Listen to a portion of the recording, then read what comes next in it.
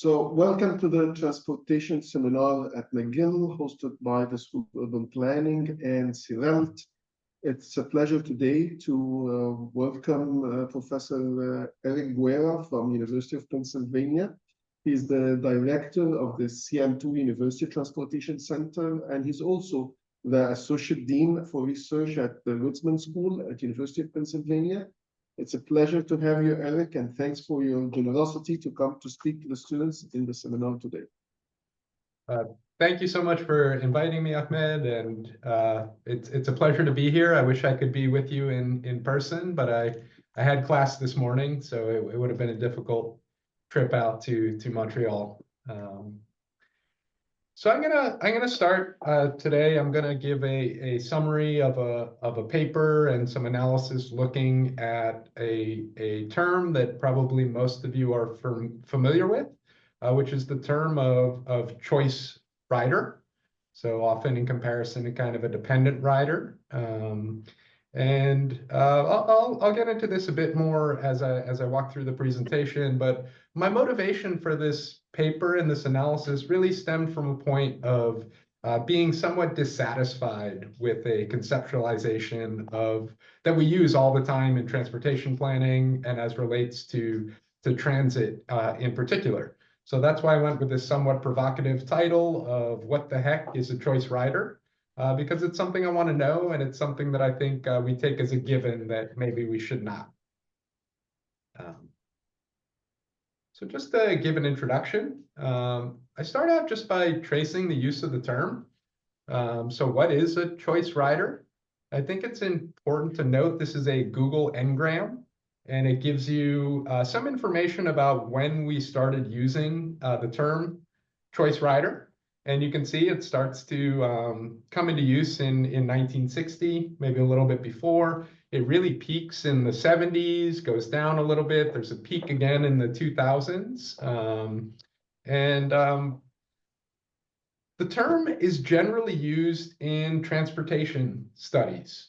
So here is an early one. This is a 1963 Pittsburgh area transportation study. It's the second part of it. This is their transportation, it's forecasts and plans is the name of the study. It's also a term that's used almost exclusively in opposition to another term, another type of transit user that is referenced in these studies. And these are, this terminology has changed and it's inconsistent. Choice rider is pretty consistent. In the past, it was the term captive rider. So the opposite of a choice rider, someone who can choose to use transit, is a captive rider, sometimes referred to as a necessity rider.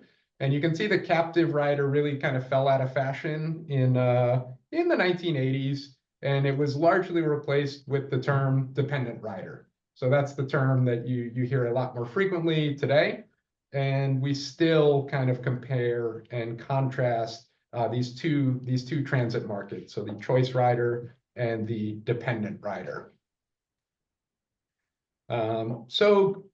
Thinking back to kind of when this is happening and why people are referring to choice and dependent riders, this term largely comes into use during the public takeover of private or city-owned and operated transit systems. So the 1960s, we have in the United States the formation of the Urban Mass Transportation Agency, with the lovely acronym of UMTA, which has since been replaced by the FTA. This is now the Federal Transit Administration, which was created in 1964. It's a way to characterize transit user markets, as we've discussed, and it's used in government reports about transit, as well as textbooks and journal articles from this time period. So what is a choice rider? And how is a choice rider defined in these early reports of transit markets? The most common way is just a circular definition. So the circular definition being a dependent rider is someone who depends, who needs to use transit, who has no other options. And a choice rider is someone who can choose to use transit. So these circular definitions are quite common. But there are also some terms that often coincide with each of them. So in these early reports, choice riders are often referred to as being car owners, right? You have a choice of taking transit because you own a car and you're able to take it. Drivers, frequently white collar worker is a term that comes with choice rider. High income, middle income, wealthy neighborhood, suburban, low density, rail, long trips, white, majority, central business district, highway, high quality. So these are some of the terms in the many reports referencing captive and choice riders describing these markets. Captive and necessity or dependent riders are often carless. They're non-drivers. They're old. They're young. They're housewives. That's one that's largely changed over time, but particularly in these early reports from the 1960s and 70s. Poor or low income, racial minority, inelastic, kind of referring to the fact in more economic terms that as the price of transit goes up, whether that's travel time or travel cost, these captive or dependent riders are likely to stay with transit. Short trip, central city, bus, urban, handicapped or reference to physical ability or differences in physical ability, and low quality. And for the most part, I'm using the same terms that are used in these reports. So there are broader uses and planning implications of this kind of the creation and use of the terms choice and dependent rider. The main kind of conclusion being transit agencies, one of their primary goals should be to work to attract choice riders. And the reason you work to attract choice riders is, well, dependent riders use transit no matter what. So you don't have to work for them. That's one of the broader planning implications that sometimes is explicitly stated and sometimes implicitly stated. There are justifications for making transit investments that relate to second best pricing, whereby the economic justification for public takeovers that are happening in the 60s are based on attracting people out of cars. So that becomes an important part of the argument for putting new and large amounts of public subsidy into transit in the United States, is the argument that cars have external costs and we need to attract more drivers into transit to avoid congestion. In particular, that's really the focus of this period of time. Another argument that is made is that transit mode share cannot grow from dependent riders. So try as we might to attract more dependent riders, they're dependent. They're already using it and we can't grow. And the implication, again, sometimes explicitly, sometimes implicitly from this period in the late 60s, 70s, and 80s, transit investment should focus on high capacity transit to support white, suburban, wealthy car-owning workers with downtown jobs. So that's the implication of the use. Just some examples of these are just kind of some, pardon the pun, choice uses of the term. So an example, this is from that first Pittsburgh area transportation study. A portion of this market will always exist, the captive rider, as previously described. Another portion will only exist as long as transit service is attractive, the choice rider. So again, dependent riders don't need attractive options. This is the statement. The captive rider has no choice but to wait, regardless of the headway between buses or trains, but the choice rider can get back in his car and drive. And in the nature of things, captive riders are not a particularly potent political force. So the justification in this study is, well, they're not going to really change their behavior. And you know what? It doesn't matter anyways, because they're not going to change their votes or affect things. So the implication being you really don't need to work to keep dependent riders. So the motivation for this study is, as I mentioned at the beginning, I have kind of a problem with this term that I hope my goal by the end of this talk is that you will also have a problem with this term, choice rider and dependent rider. So after 50 years of use, the term really has no strong theoretical or empirical definition. As I said at the beginning, much of it is circular. There are a lot of implications, but it's never been measured. And I argue that a poorly conceptualized and unmeasured term has worked to encourage investments and service priorities to favor wealthier, whiter, and more suburban households, that being the implication of the statements from these studies. So my research question is, what is a choice rider? And my research objective is to develop a theoretically valid and empirically based model of choice ridership. So we know a lot about predicting choice. And so to take what we know about predicting choice and apply it to real world data to examine who's most likely to respond to changes in transit service quality. So just a summary, I started with kind of early government reports. I want to talk briefly about the uses in the academic literature. And I would say that contemporary academic literature does not depart that much from early uses of the term.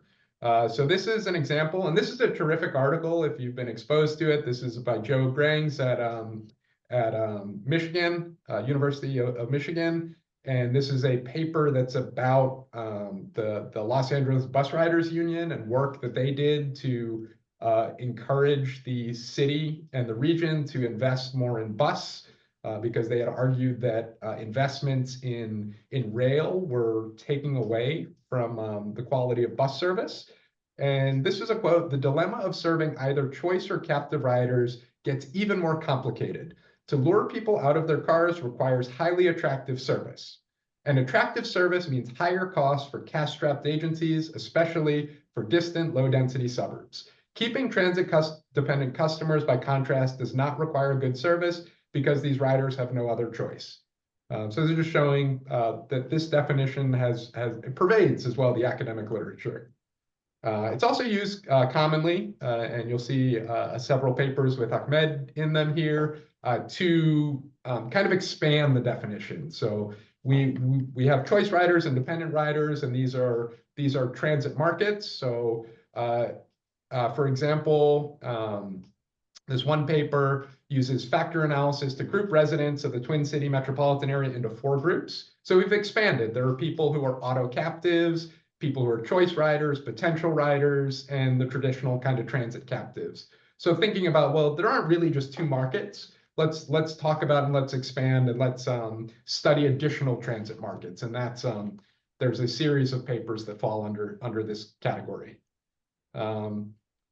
It's also the terms are used when discussing unfairness in the transit system. So here's referencing a few papers here, things like used in defining transit deserts.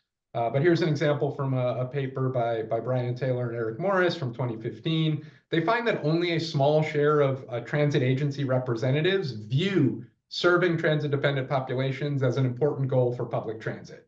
And as a result, they find that agencies tend to prioritize commuter-oriented rail investments that appeal to wealthier residents. So again, just some contemporary uses. Another thing that I would say is the literature has an awful lot out there on evidence of choice. So somewhat, I mean, I find this kind of, it's a little bit funny. But there's a paper from 2000 just looking at household travel surveys, and they report that transit dependents, as defined by auto availability, age, and license status, use transit for just 16% of trips. So it's really hard to say someone is dependent on something when they use it for less than 1/5 of their trips, or a group or category. And as Jen Giuliano observes in a paper, most poor US households are car dependent rather than transit dependent, and only use transit service when service quality is high enough to meet their daily travel needs. And I'd say that this kind of corresponds well with the literature on car use of low-income and carless households, where we find a lot of people borrowing cars, carpooling, and have many options besides using transit. So just evidence in the literature that, yes, people know that transit dependents are not really entirely dependent on transit, at least as we define them. So my research design, I just want to talk about the conceptual framework. So I use utility theory. So the idea is that a choice rider is a transit rider or driver on the cusp of choosing one thing or the other. So from a theoretical perspective, the closest I could define to choice is 50-50. Like 50-50, I use a car or I take transit. 50-50, I take transit. That means I'm on the cusp of choosing. And for an empirical framework, I use a random utility model, where if you look at the y-axis, you could think of this as the probability of using transit. So it goes from 0 to 1. So 1 would mean I'm going to use transit, and 0 would mean I'm not going to. Transit dependency, the way that it's used in literature, kind of assumes that transit dependents are a 1, right? You're always going to use transit no matter what, regardless of the service quality. And as transit gets better, you're no more likely to use transit. So thinking about the utility of transit relative to car, even if you make it better, you're still just probability of 1. And disutility of transit as well. If your probability is 0, some sort of small change in the quality of service isn't going to get you to adjust your behavior. But right there at the middle, 50-50, that's what I would define as choice. So the modeling framework is predicting the utility of transit relative to car. So I use, again, as I said, a random utility framework, use a simple binomial logit model, and just with some clustered standard errors to deal with correlated errors across individual trip makers and households. We're going back to this graphic. That utility of transit relative to car is captured in this e to the vi, and taking the probability or the utility of 1 over 1 plus, or the utility of each of the others, gives you an estimate of probability. So pi is the probability of choosing transit on an individual trip, and vi is the vector of predictor variables, socioeconomic, trip-related, geographic, and service-related, that we use to estimate the utility of transit relative to car. For applying this model to real-world data, I use data from Philadelphia. Philadelphia is a great place to look at choice ridership because it has a number of users of transit who are kind of fit the definitions and the early definitions of choice and transit riders quite well. It's a city with relatively high transit ridership. So if you don't have people using transit, there's no choice. It's very difficult to model. We need some sort of variance. It's also the poorest big city in America. And we have 2 large poor cities, Philadelphia, or with areas that are poor, and Camden, New Jersey, with really high rates of bus use and also some decent rail. There's also substantial commuter rail service into wealthy areas. So it's actually parts of the city or the region are referred to as the main line.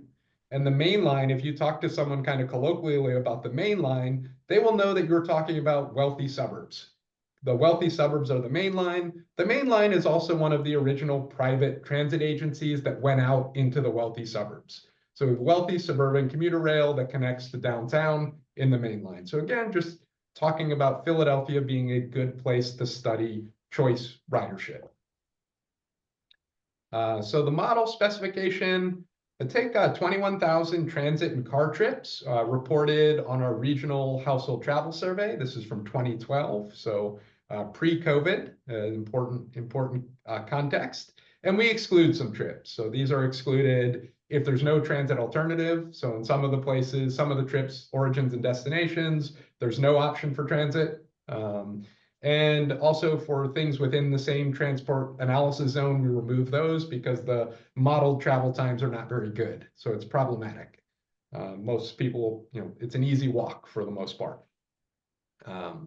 Predictor variables for socioeconomic, we've got age, gender, race, household income, educational attainment, occupation, presence of vehicles. And just a note on presence of vehicles, I realize that is an endogenous variable to the choice of taking transit or not, but it's also the most common descriptor of a choice rider is someone who has a vehicle, and it's an extremely strong predictor of transit use and car use. And we are focused on prediction, not causality. This is all about prediction. And then we have trip characteristics, origin and destination type, travel time, travel cost, and then some environmental characteristics. And I'm referring to built environmental characteristics, how far a household is from the downtown, what the land use mix is like, what the parking prices are at the destination, since parking price has a strong effect on whether someone chooses to drive, bus service frequency, and then proximity to rail. So these are the main characteristics that we look at. So findings. I'm not gonna present I'm not going to present the results. I have them at the end. I also have a handout that I could upload, which just has the model results if you care to look at them. Or I believe, Ahmed, did you shared a version of the paper? Yeah, I can share it, yes. Terrific. Yeah, so I you can can put it find the in the model list. results there. We can talk about them a little bit. I just want to focus on a few things, and these are really to suggest, one, the model has pretty good predictive power. So a pseudo R-squared of 0.54. In general, I mean, that doesn't matter. Just saying that this is good, relatively good for predicting. In terms of socioeconomic variables, we confirm things that we know. Residents are much more likely to use transit trips on trips that are, I'm sorry, this is not a socioeconomic one. Next one, residents from the poorest households and households without cars are more likely to use transit. We know that, right?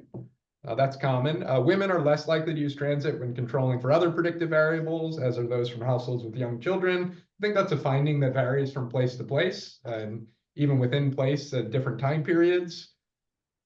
Other kind of, indicators that this is a good or decent model. Other kind of findings are varying as expected. High parking meter prices, a greater mix of land uses, greater proximity to downtown. These are all strongly statistically associated with a higher probability of choosing transit. Things that we kind of know from the literature and theory make sense.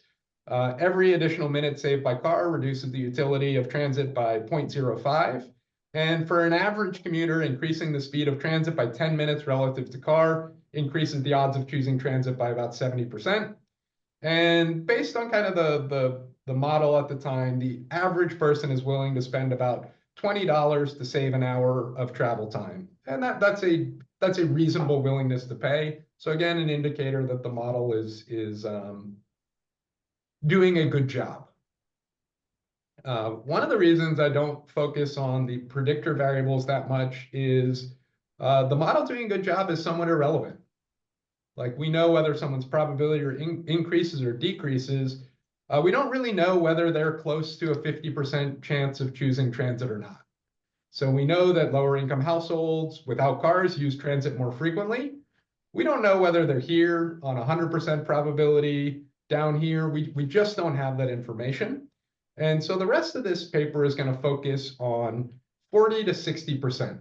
So if a trip had a probability of 40 to 60% probability of taking transit, which is the same as a 40 to 60% probability of taking car, what do those people look like?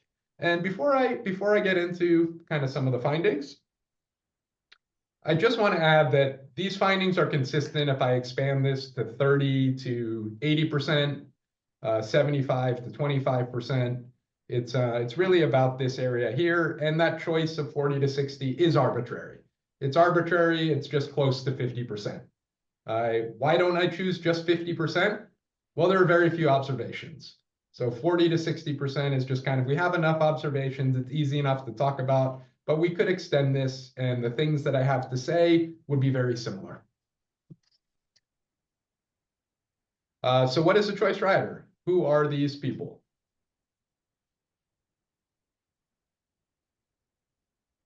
First takeaway that I want to focus on is that many of the socioeconomic factors that, according to the literature, and that's both the gray literature and the academic literature of transit dependency, are much more common for choice riders than for the general population. So another way of saying that is what we kind of consider to be a choice rider is inverted. We probably have it wrong. So here's an example of income distribution. Income is characterized in the household travel survey. It's qualitative, and the first three categories are under 25,000 per year. So this is this is a household living in poverty in Philadelphia. And you can see this is the income distribution across all trips, and this is the income distribution for choice riders. So a choice rider, someone who's close to 50-50, is substantially more likely to earn below $25,000 a year. So poor households are more likely to be on the cusp of choosing transit. They're also more likely to be non-white.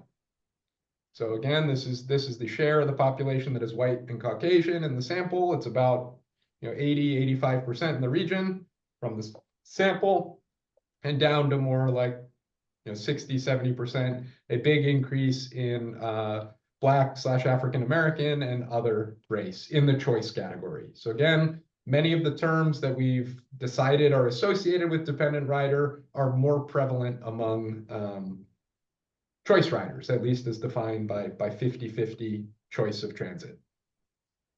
They're also much likelier to be carless. So these are the number of cars in the household. Again, on the left, we have all of the households in the sample. You can see most have 2 cars. That's the most common car ownership. And you can see for people on the 50/50 cusp, much more likely to have 0 cars, 1 car, than 2 cars, 3 cars, etc. So choice riders are more likely to be carless, they're more likely to be non-white, and they're more likely to be low income than the population. Takeaway number 2, service quality, which is the thing we've been saying doesn't matter, at least for dependents. It is critical. It's the strongest, most important predictor of transit use in the Philadelphia region, and I imagine almost anywhere else.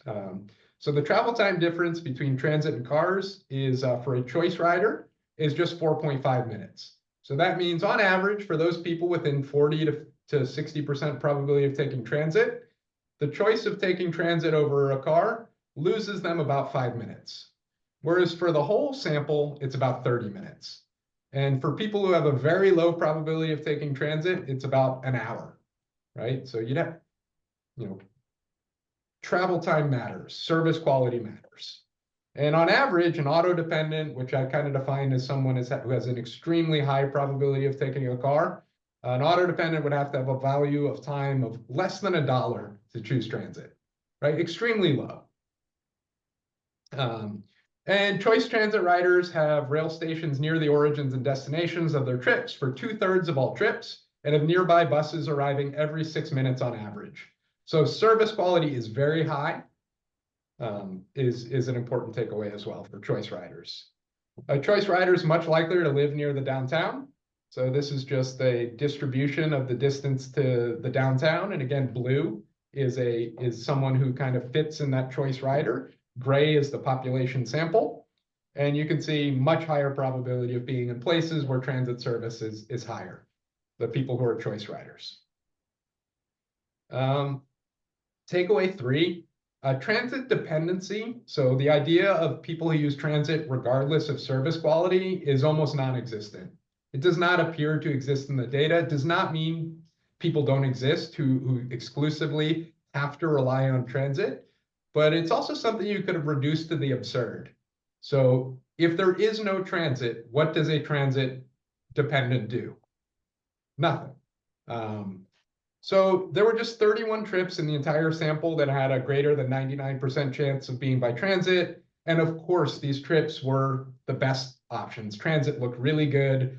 As kind of a follow-up to that, wealthy white residents with multiple cars also have an extremely high probability of taking transit when the buses arrive every 3 minutes. High-capacity rail connects both trip ends. Parking is expensive, and transit is both faster and less expensive than driving. And the corollary, which I think is much more relevant to how we talk about dependent riders, when buses arrive infrequently, there's no high-capacity rail. Most everyone is moving by car, regardless of race, income, gender, education, or the number of household vehicles. So we just don't see the type of transit dependent that is presented in the literature as existing in this data set, or it's uncommon. We also see quite a bit of diversity in what is a choice rider. So people who fit in that category, what do they look like? Well, there are quite a lot of people who look like the literature's description of a dependent rider. There's also quite a few who look like the literature's description of a choice rider. So we've got low-income bus users, high-income commuter rail users, all kind of different races and income and gender groups in the survey, different educational attainment levels, lots of variance in car ownership. But the strongest commonality across choice riders is that transit is generally competitive with the car in terms of cost, travel time, and convenience. I think that's the most important takeaway from this.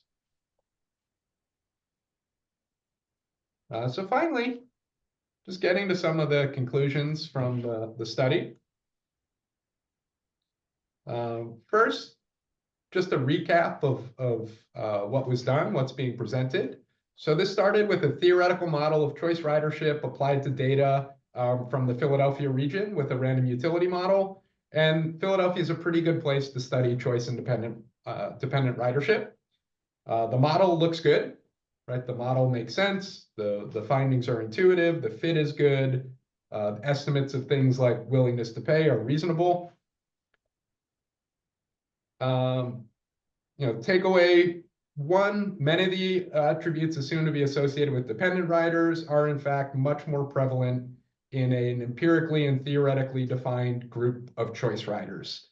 Also, finding transit dependency is rare. And again, we can take this to the absurd. At a certain point, you just don't take transit because quality of service is too bad or even non-existent. And residents generally only choose transit when service is high quality and cost and time competitive with the car. And just as kind of a follow-up, a qualitative examination of the data and consistent with the existing literature, people without cars, when they have bad transit service, they generally borrow a car, get a ride with family, friends, or colleagues. So there are lots of other kind of strategies beyond having a car to get around by car. So some takeaways for policymakers. The popular professional and academic characterizations of choice riders are almost certainly inaccurate. And I think a reconception of it based on theoretical and empirical grounding will tend to encourage investments that improve service for poorer minority households living in more central urban areas. So the argument being, we should invest in these areas. The debate between using transit investments to reduce automobile use or increase accessibility for low-income transit users, I think is misplaced. These two things are generally synergistic. We can be doing both at the same time. And the fact is that many low-income transit users also produce car trips, also drive or get around by car. Most likely improving service for poorer minority households living in more central urban areas will do a lot more to draw people out of cars and produce more environmental and economic benefits than investments geared towards this elusive choice rider who we've kind of decided is who we should attract to transit in the United States. Even in a transit, these are kind of some of the more pessimistic takeaways. Even in a transit-friendly region like Philadelphia, Philadelphia is, I think, the 5th largest transit provider in the country, high transit use relative to other big cities in the US. Most residents live and travel in areas where transit is simply not a reasonable option. So across the entire sample, taking a trip by car saves an average of 34 minutes per trip. That's not a small amount when your average trip is 30 minutes. So on average, you're doubling the travel time by taking transit. For the 51% of the sample with a lower than 1% chance of taking transit, the difference is nearly an hour. So there's not much reason to be taking transit if you're living in certain areas of the city. Attracting these people, who kind of characterize as auto dependents to transit through either transit investments or land use policy, is probably prohibitively expensive and time consuming.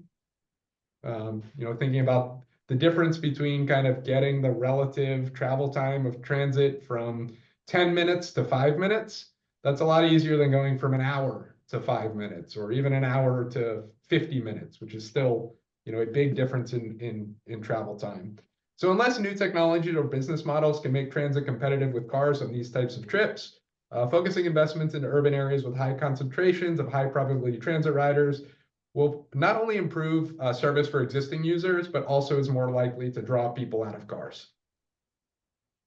So that's a summary of the paper. I want to give some acknowledgement. So thanking the funding, thanking some people from our regional planning, metropolitan planning organization who provided some of the data that was essential to estimating these models, and some students who worked on the project as well.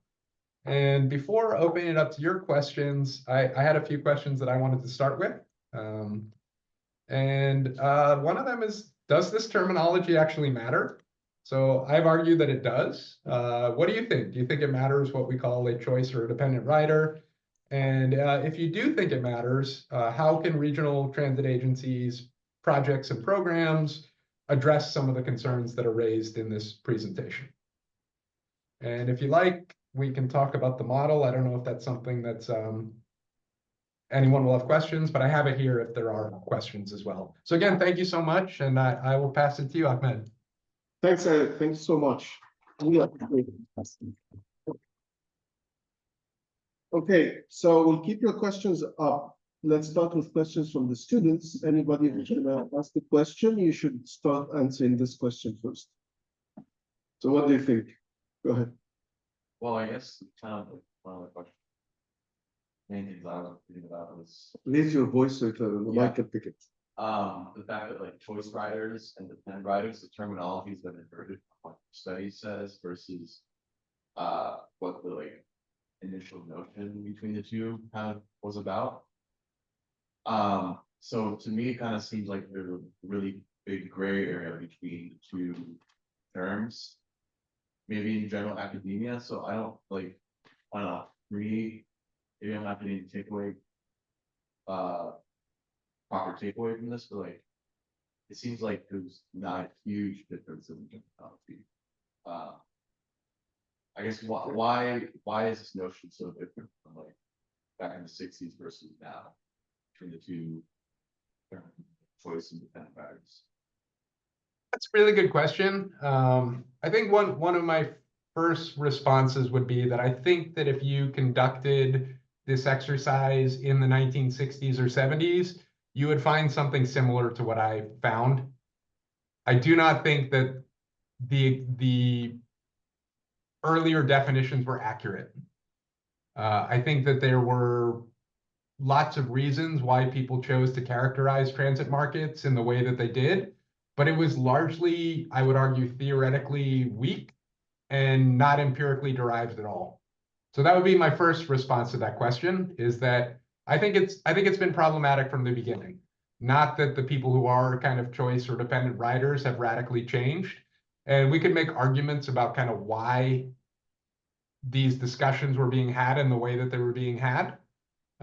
You could maybe argue that voting blocks looked more like, if you kind of took your typical voter, they might look a bit more like a choice rider. And these are really people who you need to have vote on, you know, UMTA and subsidizing transit more generally. So maybe that's one kind of benevolent reason, but I think in general it's just been mischaracterized the whole time. The other follow-up is, yes, things have changed over time. Since 1962, we've invested in the United States in hundreds of thousands of lane miles of highway and arterial. And the cost of driving has generally gone down substantially. And the amount that people drive has gone down substantially as well. So the raw number of auto dependents has gone up quite a bit. And the number of choice riders has gone down quite a bit as well.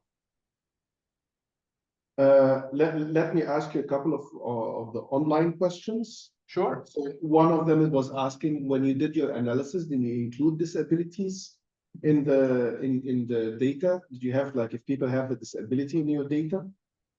There's some on it. I did not include that as a predictor. I could rerun the models with it. I suspect that we would see something very similar in the data.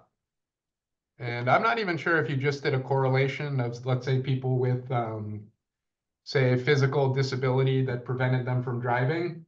I'm not sure we would see, on average, higher transit use. So Madeline is asking. But I would have to check. Okay. Madeline is asking, would you agree that arguments here is that choice rider is a function of transit service quality rather than the social demographics? Yeah, I think that that's a fair characterization. They obviously both matter, but service quality matters way more. Okay, let's take a question from the students. I have a question concerning a specific type of choice rider, which would be the more commuter oriented choice rider. So really during kind of rush hours. Some people might argue that during rush hours, transit can often just add to capacity going into the city centers or going into job centers. Does this mean that maybe choice rider could be a little misleading as a term because it says that, oh, we're taking away, like we're taking cars off the road, even though it might just be adding capacity in general, not really decreasing the amount of drivers? Yeah, I think that that's largely true in many ways. So you could think of, I think DC is a great example for this. Washington, DC is the only US city that got a kind of modern metro rail system in the United States. So starting in the 60s, and at the same time, DC has become a lot more congested. It's probably allowed, a lot more employment to occur in the center. It's really hard to know how many trips are really being diverted from car. I don't think the primary purpose of transit should be to divert trips from cars. It should be to provide, good transit service. So I think that the framing is problematic, and that's one of the problematic framings that kind of happened in order to try and justify public takeovers of transit in the 60s and 70s. I think there were other reasons for public takeovers, but I similarly find it problematic when we start defining transit quality and transit use based on car quality and car use. I'm not sure that entirely responded to your question, so feel free to ask a follow-up if that's helpful. No, that's fine, thank you. Okay, one more from online. Did you ever compare if choice riders are affected by subsidies fees? What if the transit system stayed exactly the same, but they didn't have to pay? Yeah, I mean, you could look at it. We know from the literature that the elasticity of transit's probably somewhere around like minus 0.3. It might be a little bit different cost. So in order to estimate a model, we need variance. And there's not actually variance in transit fares for the most part. Everyone's paying for the most part the same amount. So using this type of analysis, it's hard to look at costs. We do have some info on car costs, so we could kind of look at relative costs, but a lot of assumptions have to be made, and they wind up, travel time is a more substantial part of the generalized cost. So I do agree that the cost would be a good thing to include a little bit better. We do have some information on it, and we're able to estimate willingness to pay. So you can look at the travel cost here, transit minus car. But there are a lot of assumptions that are going into this, kind of what the average cost of car travel is. And these are from the regional travel model. So you could see that, as costs go down, we would see the probability of taking transit go up. But it's a relatively small effect. Okay. And in your presentation, you talked about a model that uses utility to measure how likely it is that someone will choose transit over a car, for example. Yeah. And for that, you focused on kind of like how to make it more like pleasurable to use a transit system, for example. Did you also think about how to make it less pleasurable to drive a car? So instead of like focusing on full measurements for transit, did you think about that push measurements against cars and like? So the best way that the push measurement about cars is measured is in terms of the relative cost, the relative time, and the price of parking, which at least in a US perspective, the price of parking is one of the biggest pushes that kind of keeps people from driving. So for example, if you live in suburban Philadelphia, the relative travel time to go downtown isn't going to be that different. You're not going to, if you're at an area with a commuter rail station, the big difference is going to be the price of parking and figuring out where to park your car. So that is included. But anything you can do that would increase the price of driving or reduce the travel time of driving would have an effect on the probability of taking transit. And I would argue it would have a much larger effect on choice riders. So the people it's not going to affect that much are auto dependents. Well, it'll affect them in that their lives are much worse. It won't affect them in that their probability of taking transit is not going up in any meaningful way. Questions? Have one, you were talking about in Philadelphia. I was wondering if the model was kind of taken internationally and if you think geographics and other just cultural norms would affect this model and if choice riders would be defined differently in other places in the world. Yeah, I think context matters so much. So in some instances, I don't know, I'll give an example of like class distinctions in Mexico versus the United States.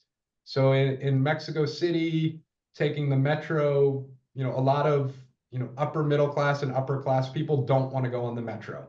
And in the same way that in the United States, a lot of upper class wealthy households are like, oh, I don't take the bus. I'll only take a metro. And those are differences. So in the Mexico City context, there's a clear difference. And yeah, there are a lot of differences by place. So things like,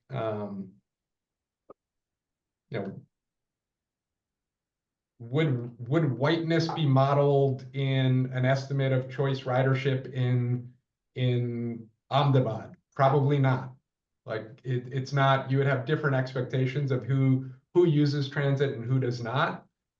You also have situations which are really different. So in Philadelphia, I think we've got about 20% of these trips are by transit. There are going to be contexts where 90% of the trips are by transit. If I went to a much poorer, more remote place in say sub-Saharan Africa, the main choices are going to be between a shared taxi and walking. So yeah, context matters tremendously, and some places will be more similar, some places will be quite different. Kind of who a choice rider is going to vary by context. It's also going to vary by system quality. And you have places where quality can be quite low and ridership is high. So pretty common in a Latin American context where transit use is often quite high in places where service quality is worse than in the places where it's better. And that's because often people who are lower income are living on the periphery where just travel options are a lot worse in general.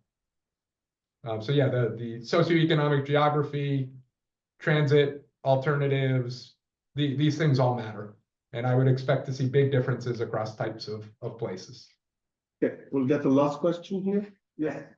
I'm curious for kind of introducing the idea of municipal finance into this and like subsidies, whether that's operational or capital cost, and kind of the difference in choice of where cities can prioritize spending. So it seems like service quality improves, the use or the number of people transit to then that spiral of transit.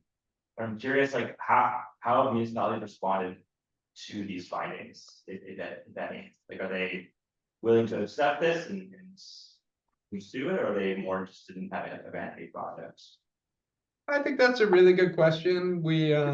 I mean, I will say we haven't done too many vanity projects in Philadelphia. We haven't invested in a new rail line in 40, 50 years.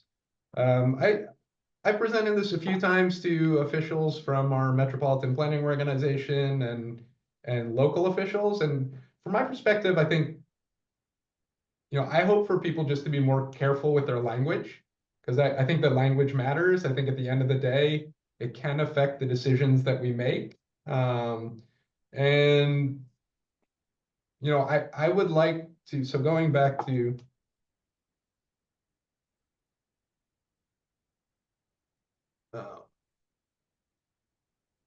go back to this third bullet point here. I think this is really important. I don't like that we frame this as an either or. We're either doing one thing or we're doing the other thing. I think that we are more likely to be having, running empty buses is pointless, right? It's not it's not good for the environment. It's not good for the economy. You're just running a bigger vehicle that's empty. You don't really want to run empty buses. And I think that this debate between whether, you know, you should use transit for the environment or should use it to get people out of cars is misplaced, because they work well together. You know, wherever it's working well for, you know, riders, a lot of people are using it. It's working well for the environment. So I don't know. Thank you so much. Yeah. Thanks, Eric. Really appreciate your time. Really appreciate that you came to us right after your class and skipping lunch for us. It's really a pleasure to see you and to chat with you. And we're looking forward for more presentations from you in the future. I'd be very happy to. It's good to see you and nice to meet briefly with all your students. Thank you so much for all the thoughtful questions. I really appreciate it. Thank you. Thanks, Eric. Talk to you.